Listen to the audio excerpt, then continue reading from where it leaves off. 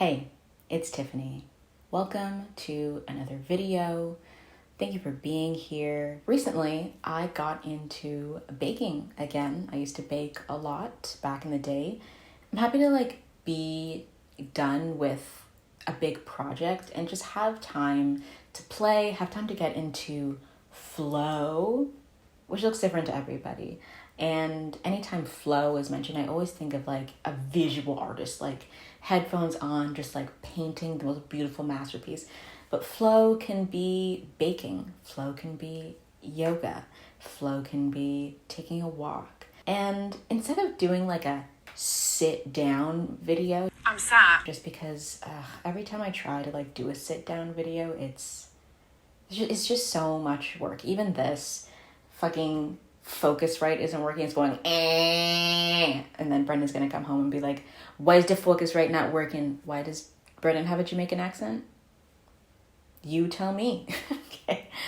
So I thought to myself, why don't I combine the two things I love doing, baking and telling a little story? Yeah, let's just make some desserts together and have a little chat. Baking and talking with Tiff, yay.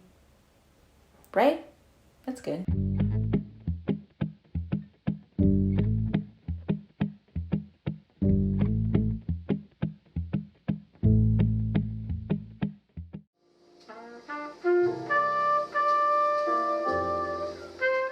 If you are hearing any background chatter or noises, we have about 4 people here playing a game called Wingspan. I do not play games, so I'm here recording my voice. Thank you. On December 28th, I went to the art gallery and I was so excited to go on an artist date here and just take in some art. Maybe get inspired.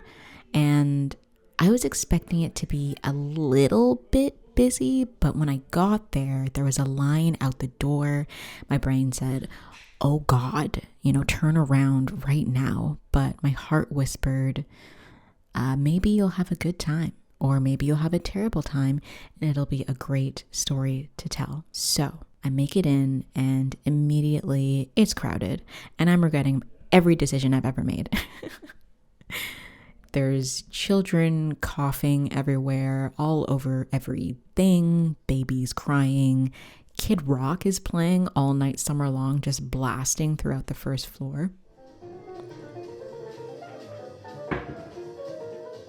And so basically I spent about 45 minutes frantically rushing through the art gallery, going, upstairs, going downstairs, just looking for a place of just quiet and serenity away from the crowds of people. And it was impossible. Every crevice is covered.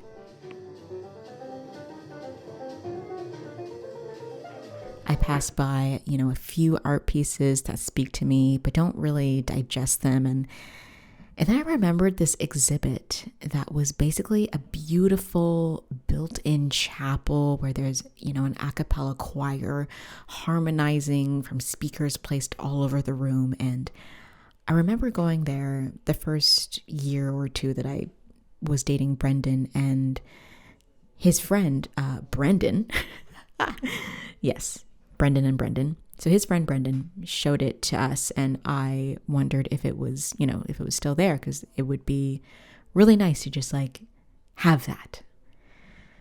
So at this point, I'm walking in circles, and if you know me, you know that I suck at directions no matter where I am. I could be at my home and I'm lost.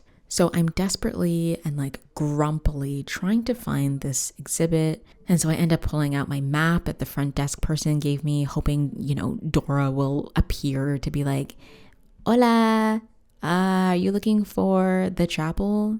Do you see the chapel? And I'm like, Dora, ¿dónde está el chapel? Por favor, I am overstimulated. Help me. Finally, I find it. I see the sign. I hear the chorus in the distance. But when I walk in, it's crowded with children and families. And so I sat down for the remainder of the song. that was currently playing and just tried to chill the fuck out. And so there was a bit of a 5-minute pause or whatever. And then it started to repeat itself. And this time I closed my eyes. And the first time I opened my eyes, right, I saw a child sitting on their father's lap, and they were both leaning on each other's cheeks, closing their eyes. And it was, I don't know, I just felt really like, wow, we're all just humans, just trying to find some relief, eh? So I closed my eyes again. The second time I opened my eyes, I saw another child slow dancing with their father. And the father was like lifting the child up in the air. And then he was like grabbing his other child, lifting them up. And I kid you not, I shed an actual single tear that rolled down my cheek and that slid down behind my mask. And I was expecting to like get to this chapel and just like start bawling my eyes out. But it was just a single tear. Today, I want to talk about being lost and how sometimes when we try so hard to find something, it isn't always what we're looking for. Ooh, so deep, so deep. So I've been reading this book called How to Find Fulfilling Work. It's the second time I'm reading it, and I mentioned it in a previous video, and I was going to make a whole book report about it, but I felt this kind of like imposter feeling where it's like, Tiffany, you can't give a book report on this because sure, you're following your passions, but you're broke. You know, how can you give advice to people when you don't even have your shit figured out? Not that I'm giving advice, it's more just like sharing what I'm learning, but how can you share what you've learned, you know, when you are still learning? So I thought maybe instead of just talking at you, I try and explain my own experience with this book. Because yeah, I feel like I've been presenting myself online where it's like, my life changed and everything is fine now. One of the messages of this book tells us to identify our multiple selves. And what I love about this section is that the author actually gives the example about someone who had identified their multiple selves, and that person being Leonardo da Vinci. Anytime I've heard about Leonardo da Vinci, it's like he's a philosopher. Oh, now, you know, this person is talking about how he was like a scientist and how he's an artist. And it's like, are we talking about different people? Is there more than one Leonardo da Vinci? Turns out there is. It's his multiple selves. So there's a few exercises in this book that helps us to identify our multiple selves. And one of them is the map of choices. So basically, you're like laying out the different jobs you've done and the different people or messages that influenced your decisions. So I made a timeline, baby. Hi, editing Tiffany here. So I actually went into a lot of detail for this time map, and I added a few pictures and stuff like that. It ended up being really, really long, and it just wasn't really capturing my attention span. And I was like, okay, maybe this won't capture other people's attention spans. So I took it out of this video. But if you are like, why? The extended version is up on our Patreon over at patreon.com/unsociably, or you can sign up on the app for as little as $2 a month. It goes up to $8, whatever you'd like to pledge. You can also change your pledge throughout each month. Okay, that's all from me. Let's get back to baking. And as I was going through this whole map thing, I realized that this whole time I've been lost and things have always changed.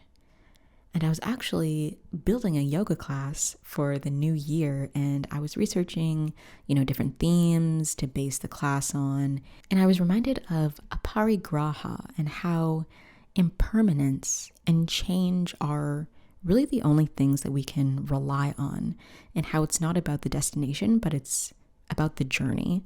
And I was also, so I was like thinking about this a few weeks ago, actually, and it was only like a few days ago that I watched the Barbie movie, and it also had this message, and I was like, okay, I gotta ride this because it's important, and I need to listen to it, and maybe other people need to listen to it too, who knows. So when I'm in my little bubble of thinking to myself how I should have known in my teen years that I was this neurodivergent creative human, and I should have at the very least went on into, how do I explain this? Went on into like post-secondary education and studied at the very least, the foundations of like the dramatic arts or like performance art or whatever. I remember that I didn't really have anyone around me who was giving me the information that, yeah, you should definitely pursue something creative. Like, sure, there was the most likely to win an actual Oscar awards that I won like every year. Thank you to everyone who voted for me every year. That was really nice. But like, I also didn't have the tools available to know to look into something like this, to know.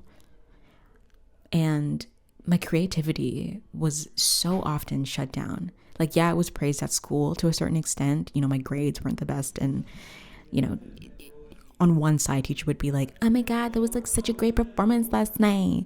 I'm just going to like make sure that I call your parents though, because if you have not been handing in your assignments.